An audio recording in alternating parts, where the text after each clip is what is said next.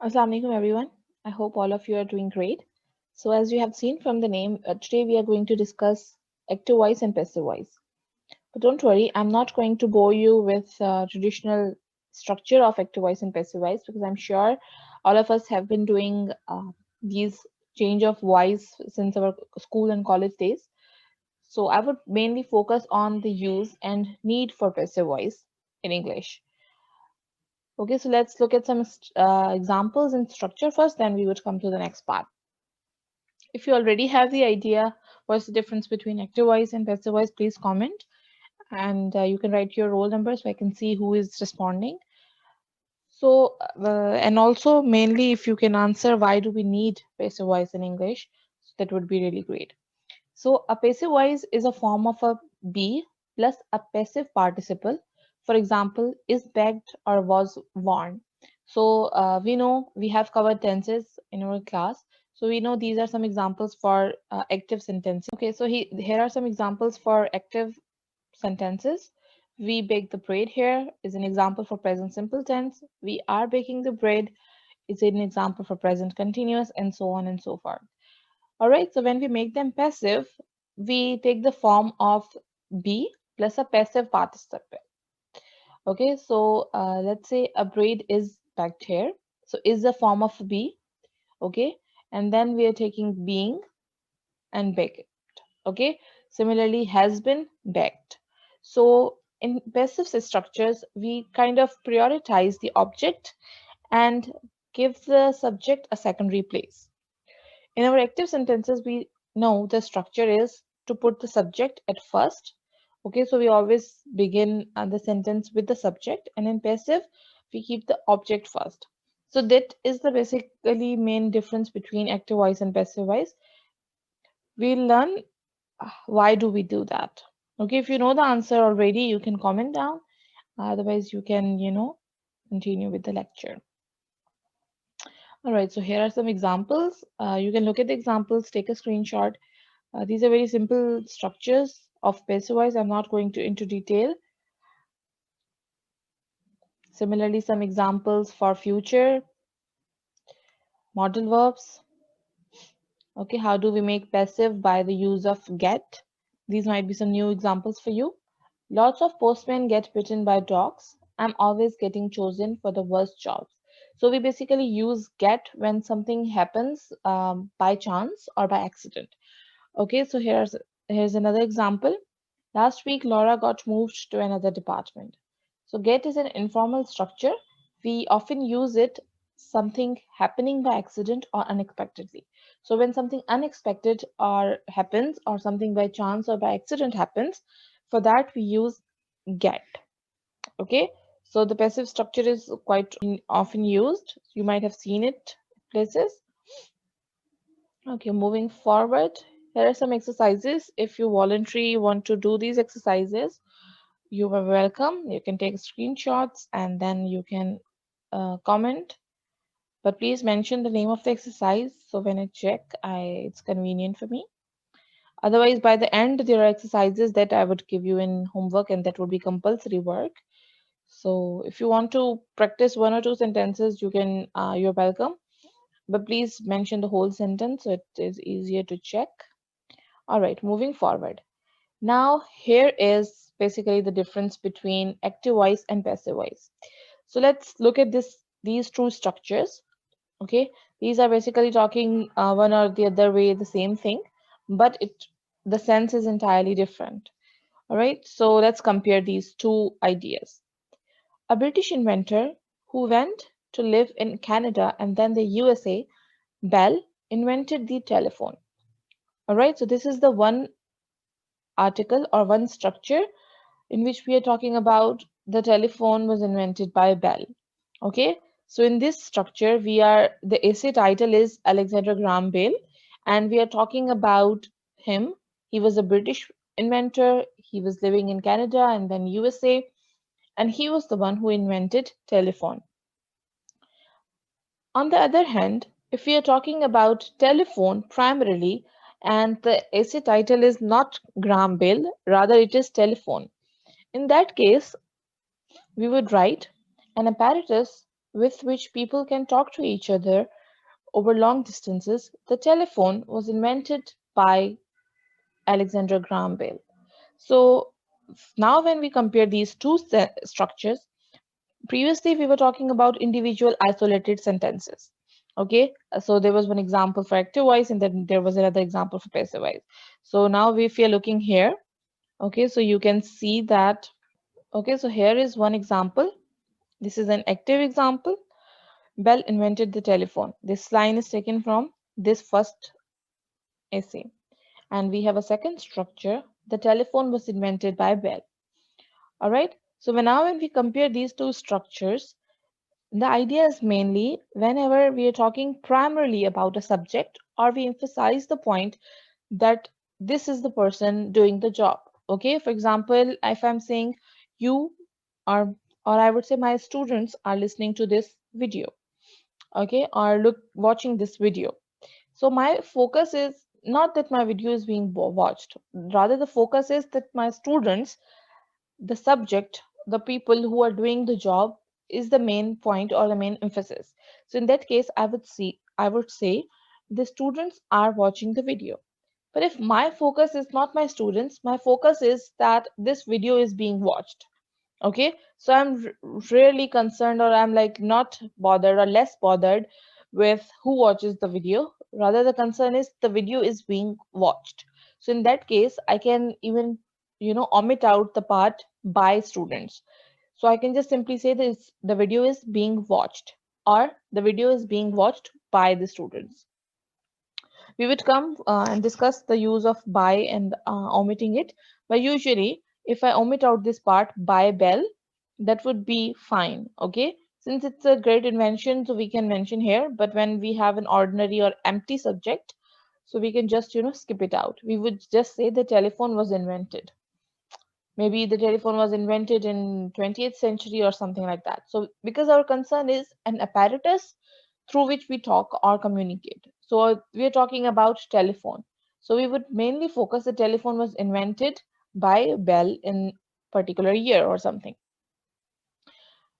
However, when our main focus is the subject, when we are talking about this person, an inventor, in that case, we would use active voice because and give the subject the primary position because we're talking about him and we're just talking about one of his contributions that he invented telephone. I hope the idea is clear. Basically, this is the main difference between active voice and passive voice. And if you want to look at the definitions, here are the definitions from the book Renan Martin. You can take a screenshot if you want the definitions. So let's look at the first definition. A verb is in the active voice when its form shows, as in sentence number 1. Okay, so what's the sentence number 1? There is two examples. Sentence 1 is active form. Rama helps Hari. Sentence 2 is Hari is helped by Rama. So first one is an example for active. Another one is example for passive.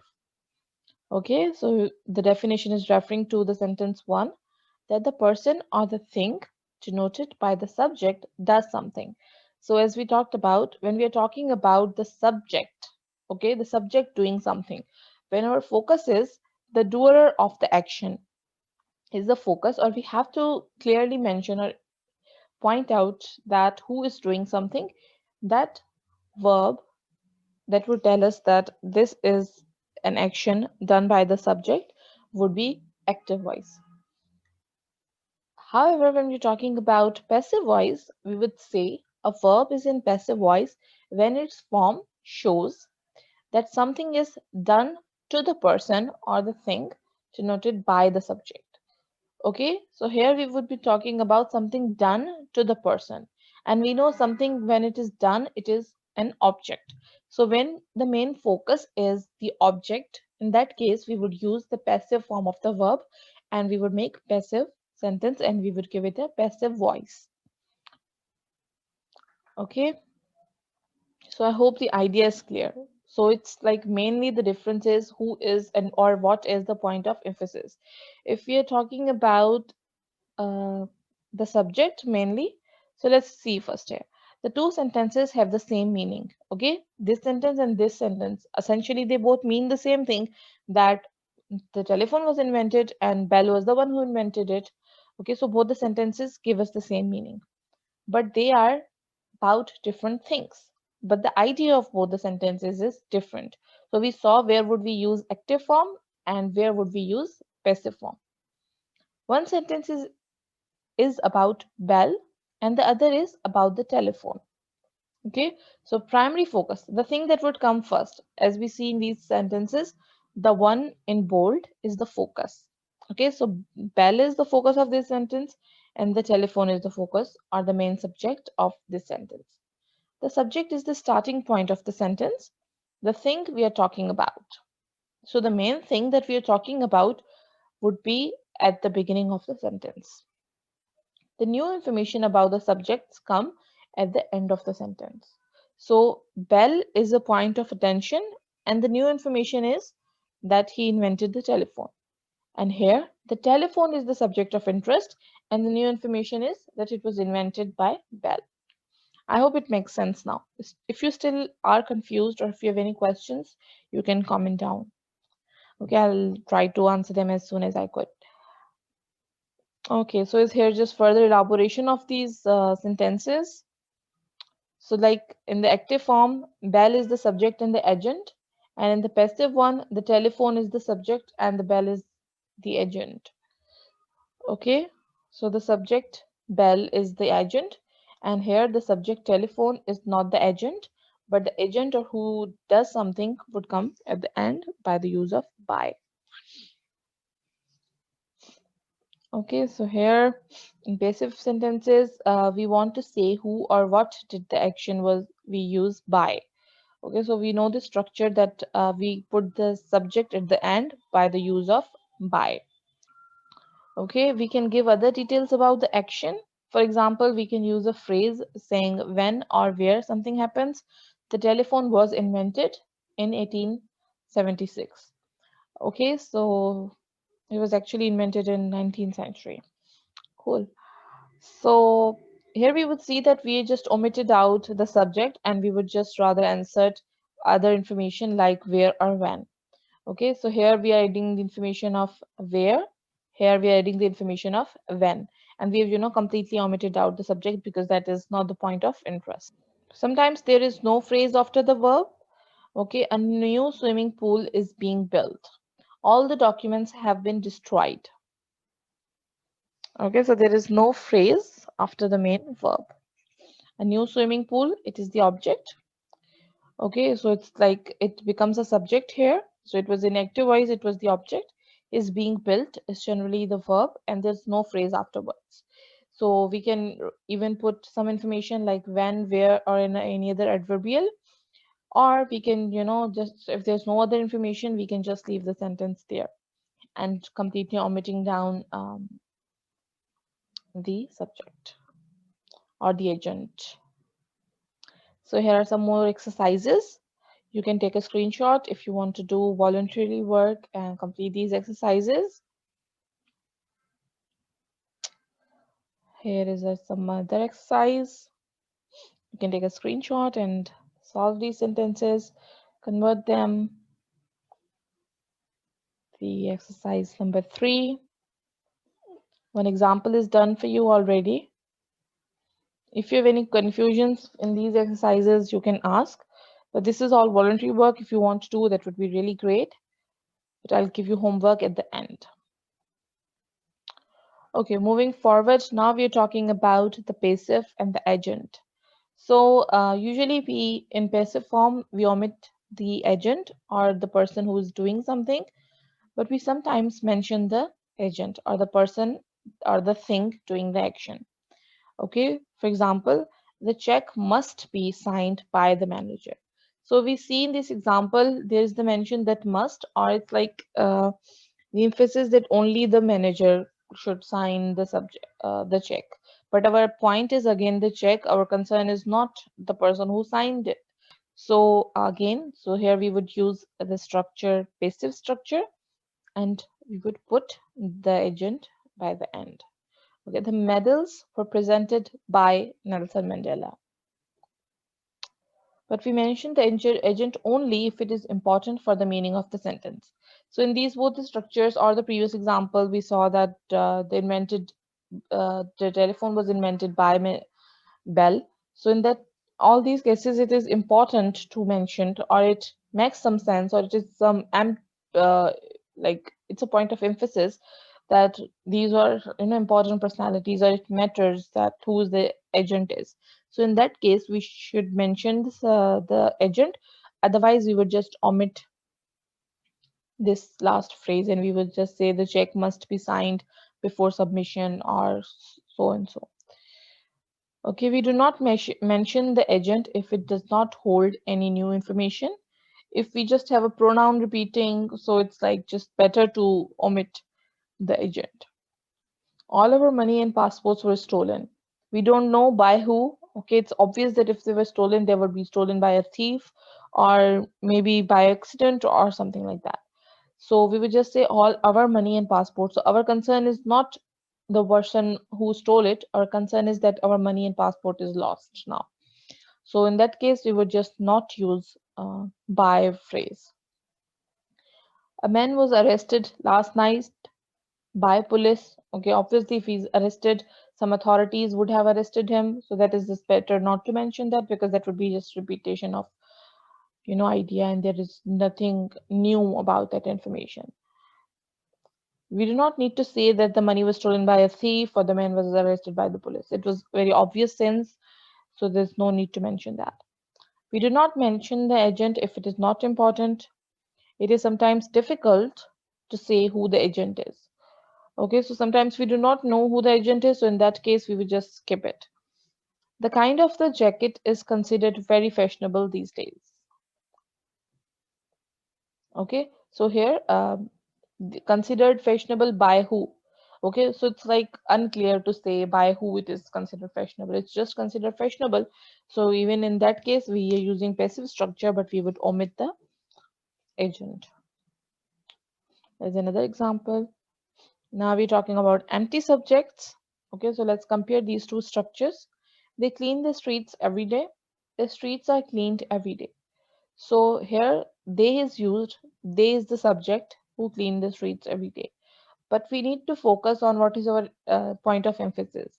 If you want to emphasize a point that these are particular people, contributing to or serving in this particular area of cleaning the streets, or our concern is that streets are cleaned. So if you're concerned with clean streets only, okay, so there this subject is kind of empty and it does not hold any value. The new and important information is how often the streets are cleaned. We are not interested in saying who cleans them.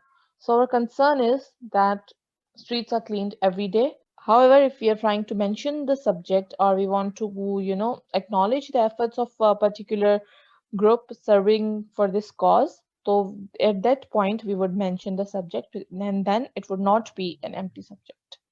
I hope the difference is clear. We can also use empty subjects, people, you, one, and someone.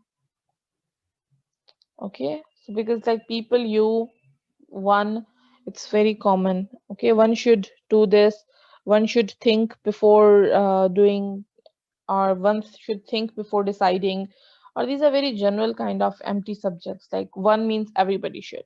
So people use this footpath all the time. Okay, so when we are using such kind of structures and people use the footpath all the time, so we can rather use passive form instead of using the empty subjects. Okay, the footpath is used all the time. Okay, you should check the details. The details should be checked. Okay, someone took my purse was taken. Because I'm just saying someone, like an imaginary person, an empty subject which does not hold any value. In this case, so it's better, okay, I would choose passive structure. A purse was stolen. So here is this question. When do we use passive? So we know that both structures are absolutely right. Grammatically, there is no error in both. So when do we need to use passive structure? We can use passive in both speech and writing, but it is more common in writing. Now, this point is very important. We see it especially in textbooks and reports. Okay, so here is this thing that we have already talked about subjective and objective writing. So when we are again and again using, for example, I am doing this, okay, or we did something. So again and again using such pronouns make the writing more subjective in nature. So when we are writing reports or when we are writing about research or some essays which we want to, portray from an objective point of view, some news reports or some, a narration of an event. So in all those cases, we would choose passive voice on active voice because there would be no use of pronouns and more subjects. So it would sound what actually happened there. So this is the one thing that you would often note in when you're reading a newspaper.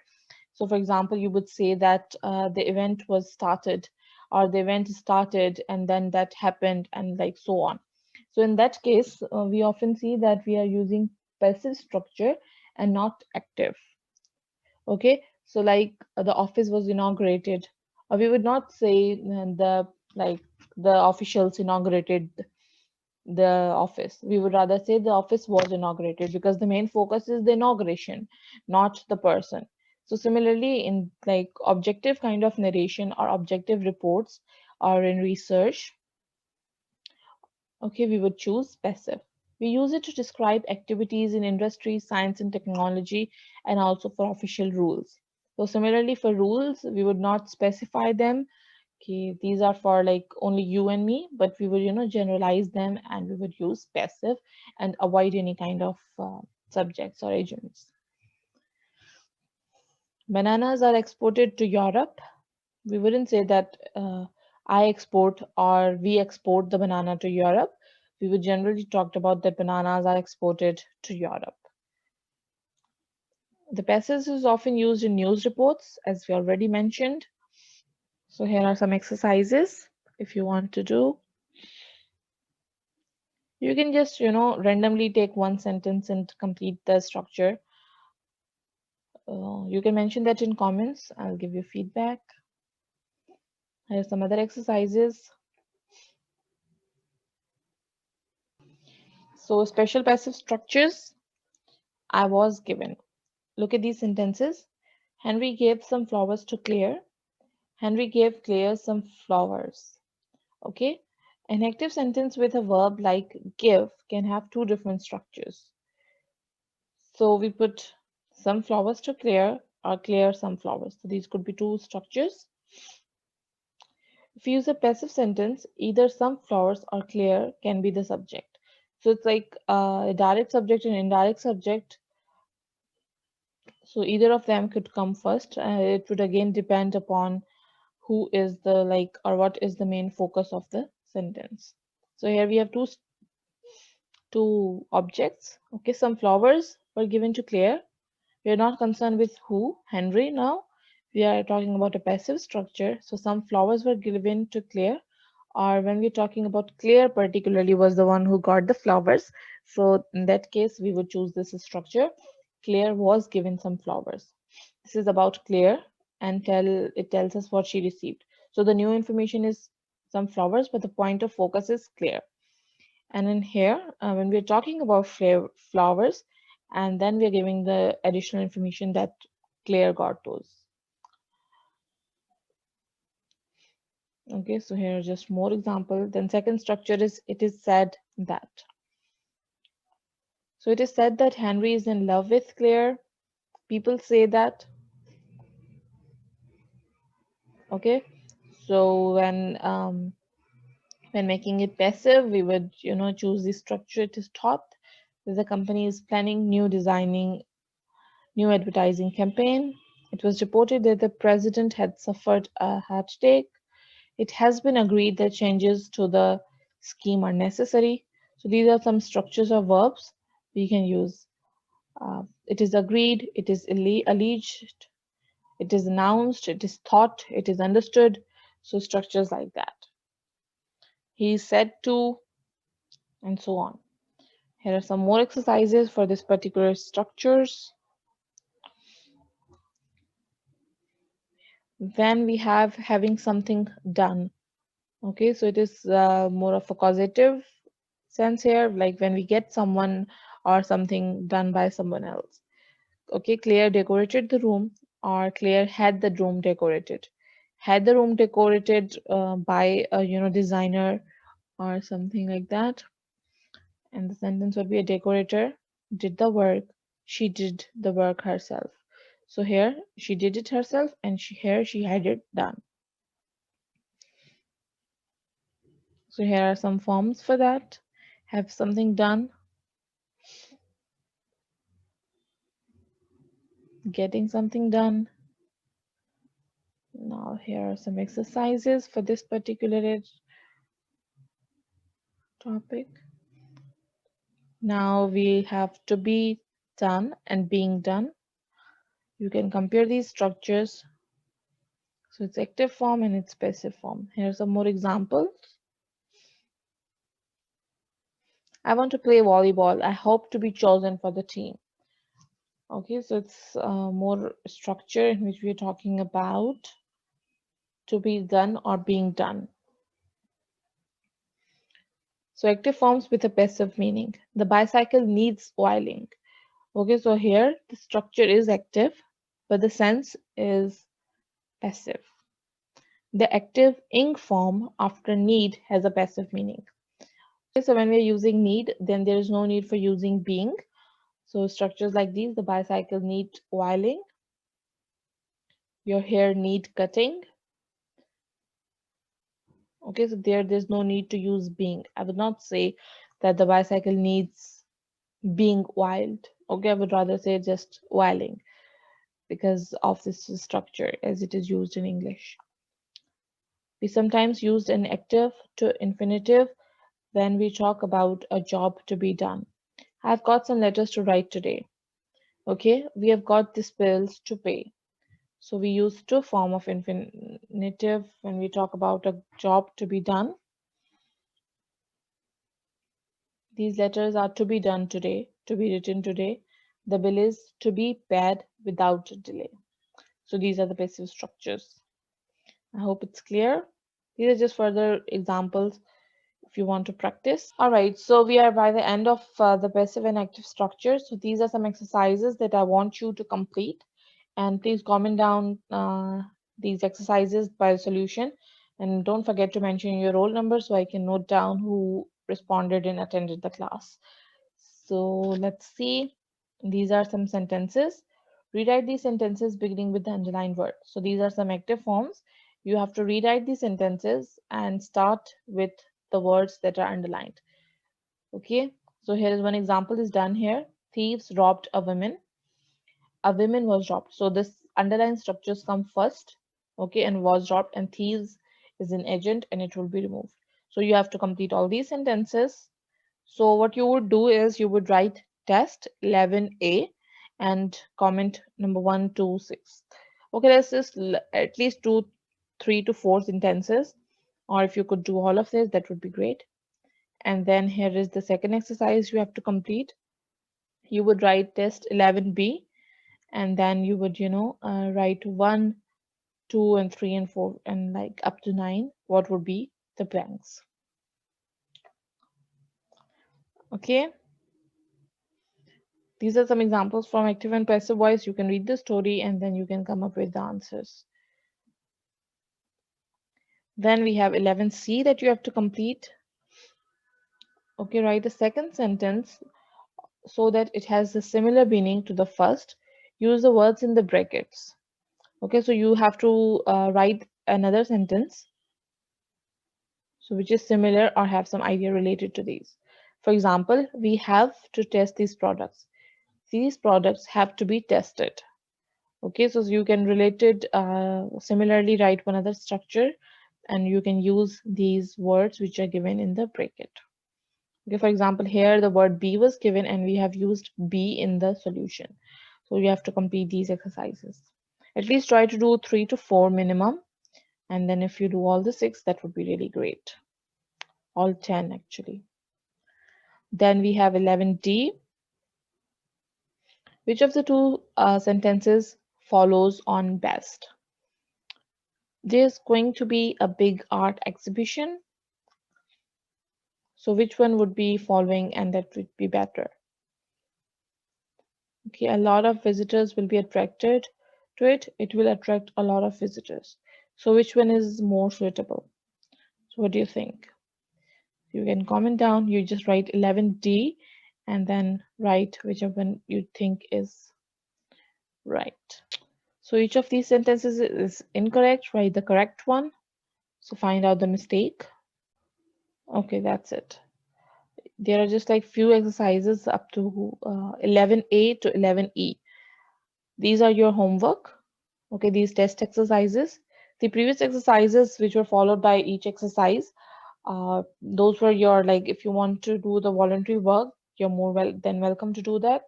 And you just have to write down and mention the particular exercise that you're doing. Okay, maybe you can pause the video there and then you can comment down like the solution for that, and that would be really great. Otherwise, these exercises which are mentioned by test 11 A, B, C, D, and E, this is your homework in particular, and you have to do these, like, at least do 3 to 4 for each of the exercise. So choose any of that, whatever you feel easy and comfortable, so I can just make sure that you have understood all the rules for active voice, passive voice. Okay. So overall, the idea is very general and common. They just we need to practice these, and we just need to learn where do we use these. Okay, so good luck, and I look forward to check your comments. And please, if you see other people's work, you can discuss in the comment section. You can give them feedback. It would be really great because it would ease in my work as well, and I would really look forward to a healthy discussion in the comments. Thank you so much. Allah Hafiz. Take care.